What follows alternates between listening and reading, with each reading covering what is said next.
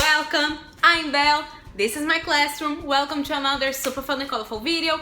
Today I'm gonna be talking about my top 5 ideas when teaching young learners. They are ideas that I found out during my years teaching children. So if you are a new teacher and you'd like to know more about teaching young learners, a few disclaimers before we go into the video. These are not all of them are like things that I invented. They are things that have been around.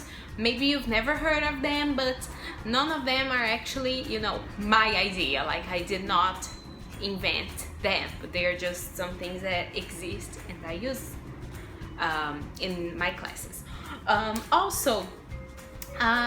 They work for me. I don't know if they're going to work for everyone. I think they will, because it's based on how children are in life. So if this doesn't work for you, please let me know in the comments below, because for most teachers, for all teachers, I know they work. So these are things that I use on the daily. This is like real life.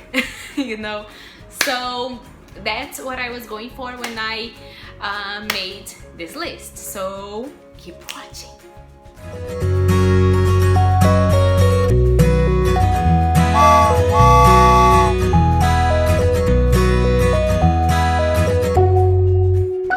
This video is about children from like 4 to 10 years old, or not 10, like 8. 10 is too old, maybe.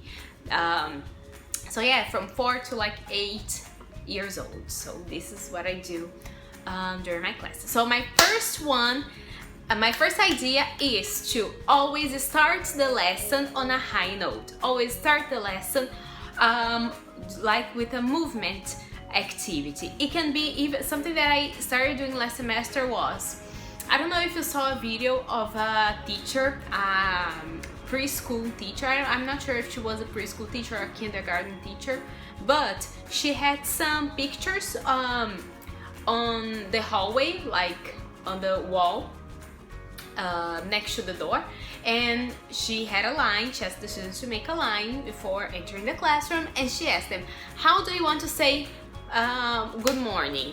Like, do you want a high five? Do you want to do a little dance?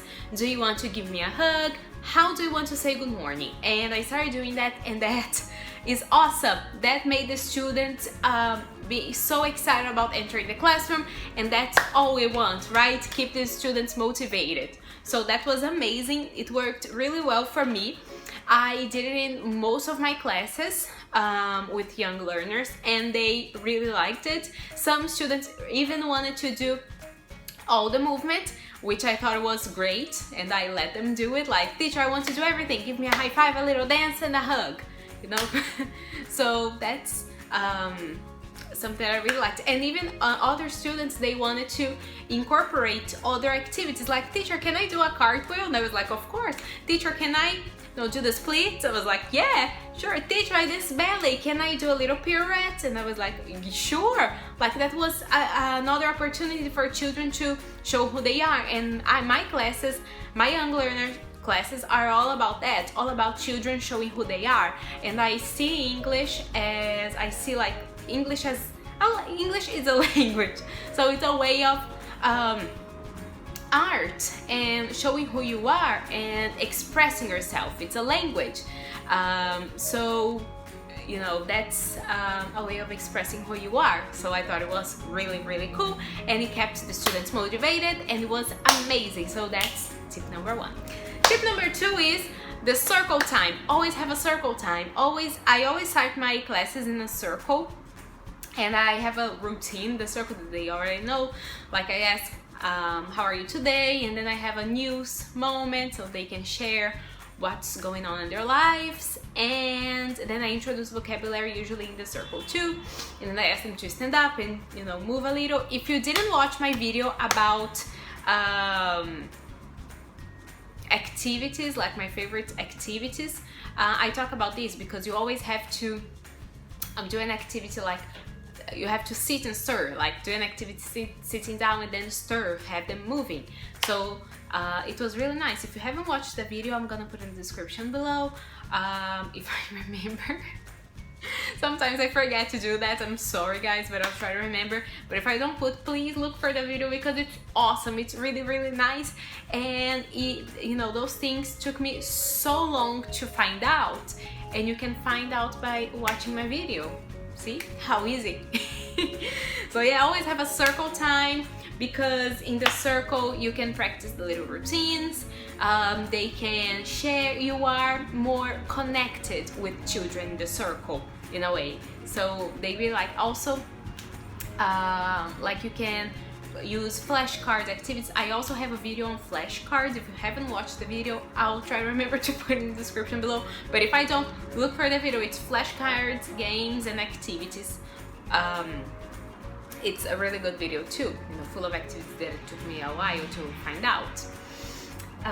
So yeah, in the circle you can use like flashcards and they can get it, or you can use Realia and they can get it. That's tip number 2, circle time. Tip number 3 is connected to number 2 because I already told you about the flashcards and Realia. So tip number 3 is always, always, always bring Realia to class with young learners. They really love to use Realia, they love to touch it, they love to use, like, to incorporate Realia in their routine in the classroom. Like every time I'm telling a story, I use Realia. It's really amazing for them to understand. So that's awesome. Like if you're telling a story about fruit that has fruit involved, or vegetables, or you know, you can bring the real things. And maybe if you're telling a story about that has fruit involved, you can you can all have a fruit salad in the end, so they can touch it and it's more meaningful for them. It's amazing, I promise. So tip number 4 is don't also on this Realia note, use props. So don't forget to bring, like, I always have like a prop box full of things that I kind of accumulated over the years, and I have like little hats and little scarves, and I even have microphones that don't work anymore, just a prop.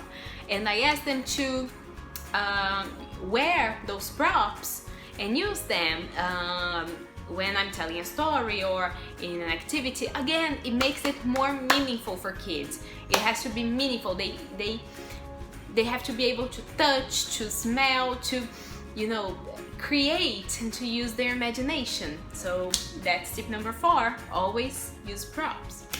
And tip number 5 finally is make the most of books. Like most of the books for children, they have a lot of activities, of course, but they also have pictures. Why not use that picture for an activity, like a pointing activity, circle activity, or something that I started doing last semester too, was I asked them to bring a drawing notebook.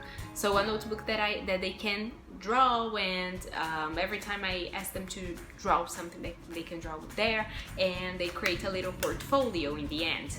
And in the end, they can, you know, look back and see what activities they did. So that's also something really, really nice, and that I do. I always ask them to point, like listen and point. So that works all the time too.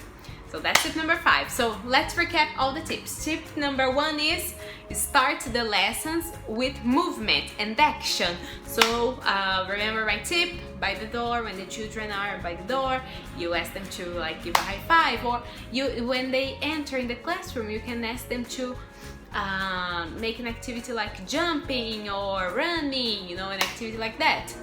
So that's number 1. Number 2 is circle time. Always have the circle. That's awesome for routines, for them to remember what they have to do. Also for interacting with the students using flashcards and Realia. Number 3 is bring real objects, aka realia, in class. It's more meaningful to children. Number 4, bring props. Again, it's more meaningful, it's more fun, they can create and use their imagination and creativity. And last but not least, number 5, get the most of books. Use the pictures the book provides. You don't have to do like only what the book says. You can do much more if you use your imagination too. What I like to one of the things that I like the most about teaching children is that they inspire me to be creative too. So if I see them like getting creative, I see them and I'm like, wow, I should do that. You know, I should do something about being creative too, and I should innovate, because innovation is changing just a little bit. I don't have to change a lot, but just, you know, incorporate some elements in an activity. Alright, so that's it for today. Thank you so much for watching this video. I know this is an extra video, it's not on Friday, so stay tuned because I'll also be posting a video on Friday, so don't forget to subscribe to my channel. I put in videos every single Friday.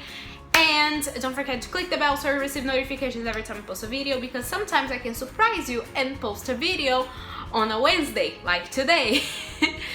So thank you guys so much for watching, and I see you on Friday for a brand new video.